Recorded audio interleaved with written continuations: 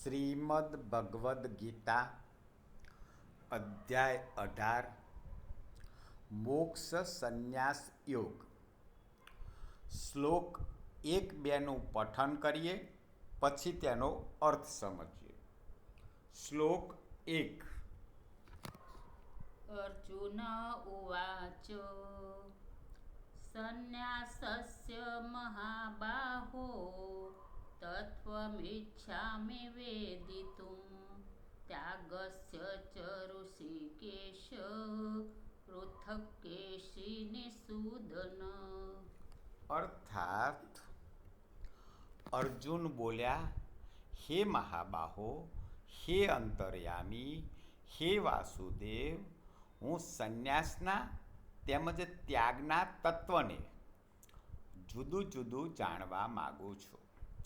અહીં અર્જુન ભગવાન શ્રી કૃષ્ણને કહી રહ્યા છે કે સંન્યાસ શું છે અને ત્યાગનું તત્વ શું છે, એ બંને મને જુદું જુદું જણાવો. શ્લોક 2.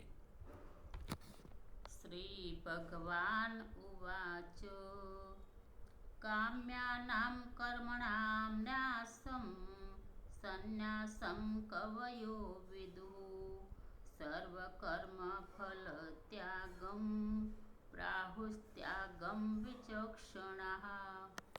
અર્થાત શ્રી ભગવાન બોલ્યા, કેટલાક પંડિતજનો કામ્ય કર્મોના ત્યાગને સંન્યાસ સમજે છે, જ્યારે બીજા વિચાર કુશળ માણસો સઘળાય કર્મોના ફળના ત્યાગને ત્યાગ સમજે છે.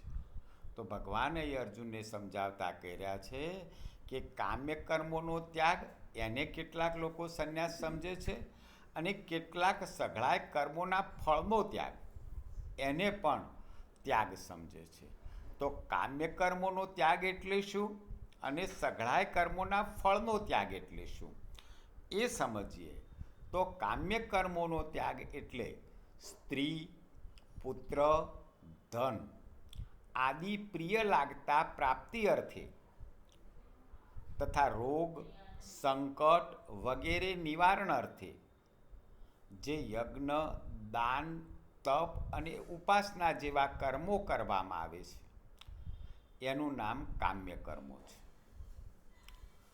તો જે પ્રાપ્તિ અર્થે કર્મો કરીએ છીએ કે મને સ્ત્રી, પુત્ર, ધન મળે, અથવા તો જે નિવારણ અર્થે કર્મો કરીએ છીએ કે મારો રોગનું નિવારણ થાય, સંકટનું નિવારણ થાય, તો એ જે યજ્ઞ, દાન, તપ, ઉપાસના જેવા કર્મો કરવામાં આવે છે પ્રાપ્તિ અર્થે અથવા નિવારણ અર્થે, એને કામ્ય કર્મો કહે છે. હવે સઘળાય કર્મોના ફળનો ત્યાગ એટલે શું? તો ભગવાન સમજાવતા કહી રહ્યા છે કે ઈશ્વરની ભક્તિ, દેવતાઓનું પૂજન, માતા પિતા આદિ વડીલોની સેવા, યજ્ઞ, દાન અને તપ તથા વર્ણાશ્રમ અનુસાર આજીવિકાના કર્મો તેમજ શરીર સંબંધી ખાવું પીવું વગેરે જેટલા કર્તવ્ય કર્મો છે, એમના અનુષ્ઠાનમાં રહેલી ઇહલોકની અને પરલોકની સઘળી કામનાઓનો સંપૂર્ણ ત્યાગ કરવો, એનું નામ સઘળાય કર્મોના ફળનો ત્યાગ છે.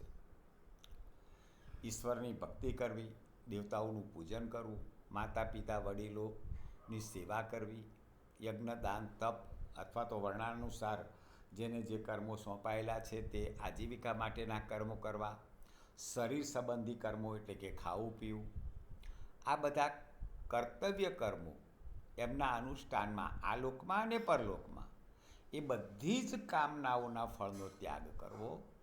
આપણે વડીલોની સેવા, દેવતાઓનું પૂજન કરીએ, આજીવિકા માટે કાર્ય કરીએ, એ બધાના કામનાનો ત્યાગ કરવો, એનું નામ સઘળાય કર્મોના ફળનો ત્યાગ છે. જય શ્રી કૃષ્ણ.